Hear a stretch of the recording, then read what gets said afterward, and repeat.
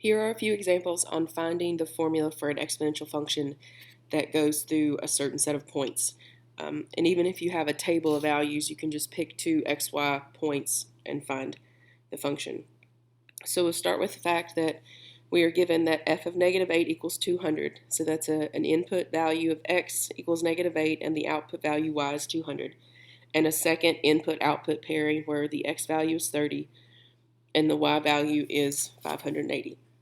So what you do is, you have the exponential function y equals a times b to the x, where a is your initial value and b is your either growth or decay factor in factor form. So we'll set two different equations up with the 2 points that we're given, plugging in x and y. So we know that when y is 200, we have some initial value times some factor raised to the negative 8th power. And you also know that when y equals 580, you have that same initial value times that same growth or decay factor raised to the 30th power. Then you're going to take and make a ratio. Make ratios of the corresponding parts. So like the 200 and the 580 and then the AB with the power. You'll take those and you'll put them in fractions over each other like a ratio. So I'll do AB to the 30th over AB to the negative 8th.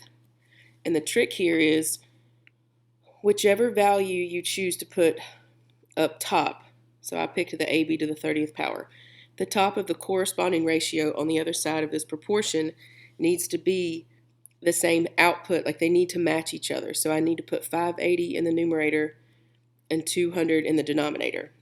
So how you set the equation up over here on the left side will drive how you set the ratio up on the right. From there, the a's can cancel. We'll solve for those after we get the factor. Then we'll use exponent properties to take care of the fact that b to the 30th power divided by b to the negative 8th power is the same as b to the 30th minus negative 8. You can subtract exponents, so that becomes plus. So you have b to the positive 38th power equals 580 over 200, which is a decimal of 2.9, or you can leave it as 29 over 10. The 2.9 isn't rounded, so we can just leave 2.9 for now. And then if you want to solve for b, you can either take 38th power of 2.9, which you're allowed to do on the graphing calculators by doing the number 38 and then choosing the x root option from the math menu.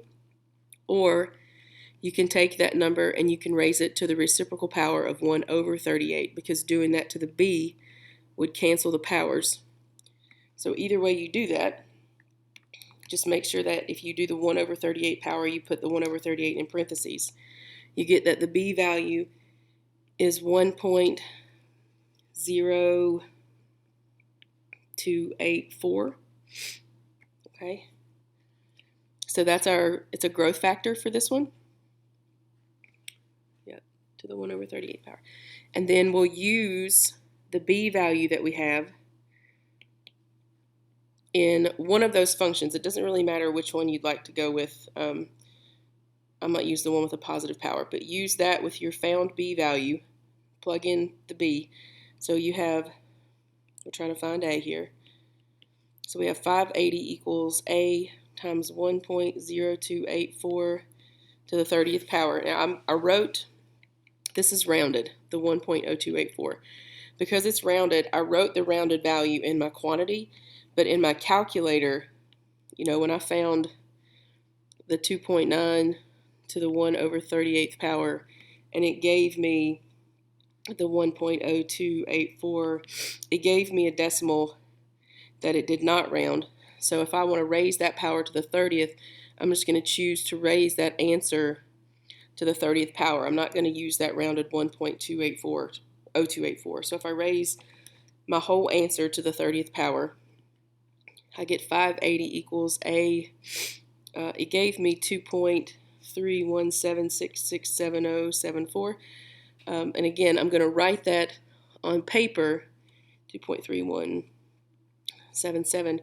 And then when I divide that over to solve for a, 2.3177, I'm actually, in my calculator, just going to do 580 divided by the answer from the previous, because then it will keep every single decimal and it won't round it. Whereas rounding could cause some carryover error when you go to put your answers into Wiley. So the more accurate you can keep those answers, and you can do so by using the answer function on the calculator, the more accurate your final answer will be.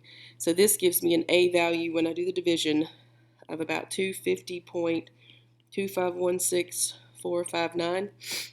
So to come up with my final function, I have 250.3 times 1.028 to the x power. And again, what you end up rounding to here will be driven by the directions on the homework, the assignments on the homework questions. But the more accurate you can be in keeping decimals in your calculations as you move step to step, regardless if you write down the rounded answer on paper, the more accurate you can keep it in your calculations, the better chance you have of having the accurate answer in the end. Okay, so here's another one. So it gives you 2 points. When x is -3, the y value is 54, or output, and when x is 2, y is a fraction of 2/9. So if I set up two different exponential function skeletons, I can get that 54 equals ab to the -3 power, and that 2/9, do not round that to 0.2, leave it as 2/9, equals ab to the second power. So then I'll pull those pieces that correspond to each other, and I'll do ab squared over ab to the -3, and then I'll have to put 2/9 over 54. My a's will cancel. My b's will be b squared minus -3, so that'll be a power of b of 5.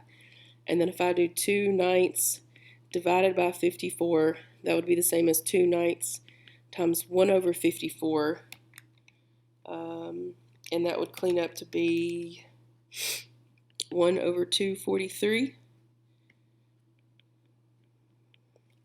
Okay, and then if we do the fifth root, or you can raise 1 over 243, again, there are two options to solve here. You can either fifth root the number 1 over 243, and again, that's using number 5, and then the x root option in your calculator, and in parentheses do 1 divided by 243. Or you can take the fraction of 1 divided by 243 and raise it to the 1/5 power. It's up to you, because you get the same answer. But you end up getting, it's a decimal of 0.33333, but you have to know that you have to be able to make that exact of 1/3. 0.333 repeated equals 1/3, so we need to use exact here when we can. So if we have the b value is 1/3, we'll take that b value and plug it back into your choice of functions. I'll just pick the 54, and again, it doesn't really matter. So I now know that b is 1/3, and then if I raise 1/3 to the -3 power, I get 27. So a 54 equals a times 27, and all I did was the number 1/3, not the 0.3 rounded, but 1/3 to the -3 power. That would be like, you know, if you put the -3 power on everything, 3 to the -3 ends up in the denominator, so you get this 27. So if I divide both sides by 27, I get the number 2. So my a value is 2. So my formula in the end, now that I have an a value, is 2 times 1/3 with my exponent, whether it's x or t. Just make sure you read the question for the input variable there. Okay, so function goes through those 2 points, set up your 2 ratios, find your factor, whether it's growth or decay. In this case, it was decay, and then plug that back into one of your other formulas, wouldn't really matter which one, to find your initial value. All right, here's another one. So I'll do the same thing. When y is 1 over 27, I get the exponential function ab to the second power. And when y is positive 27, I get ab with a -1 on the decay factor. Setting up my two ratios, I get ab squared over ab -1 equals 1 over 27 divided by 27. Again, you could have done that the other way if you had wanted to have done ab -1 over ab squared equals 27 over 1 over 27. It may not make you as nasty of a fraction in the end, but we can work through it both ways. So again, the a's cancel. So again, that's an irrelevant number for this step. Using exponent properties, 2 minus -1 makes 2 plus 1, so my power on b is 3. 1 over 27 divided by 27 is 1 over 27 times 1 over 27. So that's a nice 1 over, excuse me, 729.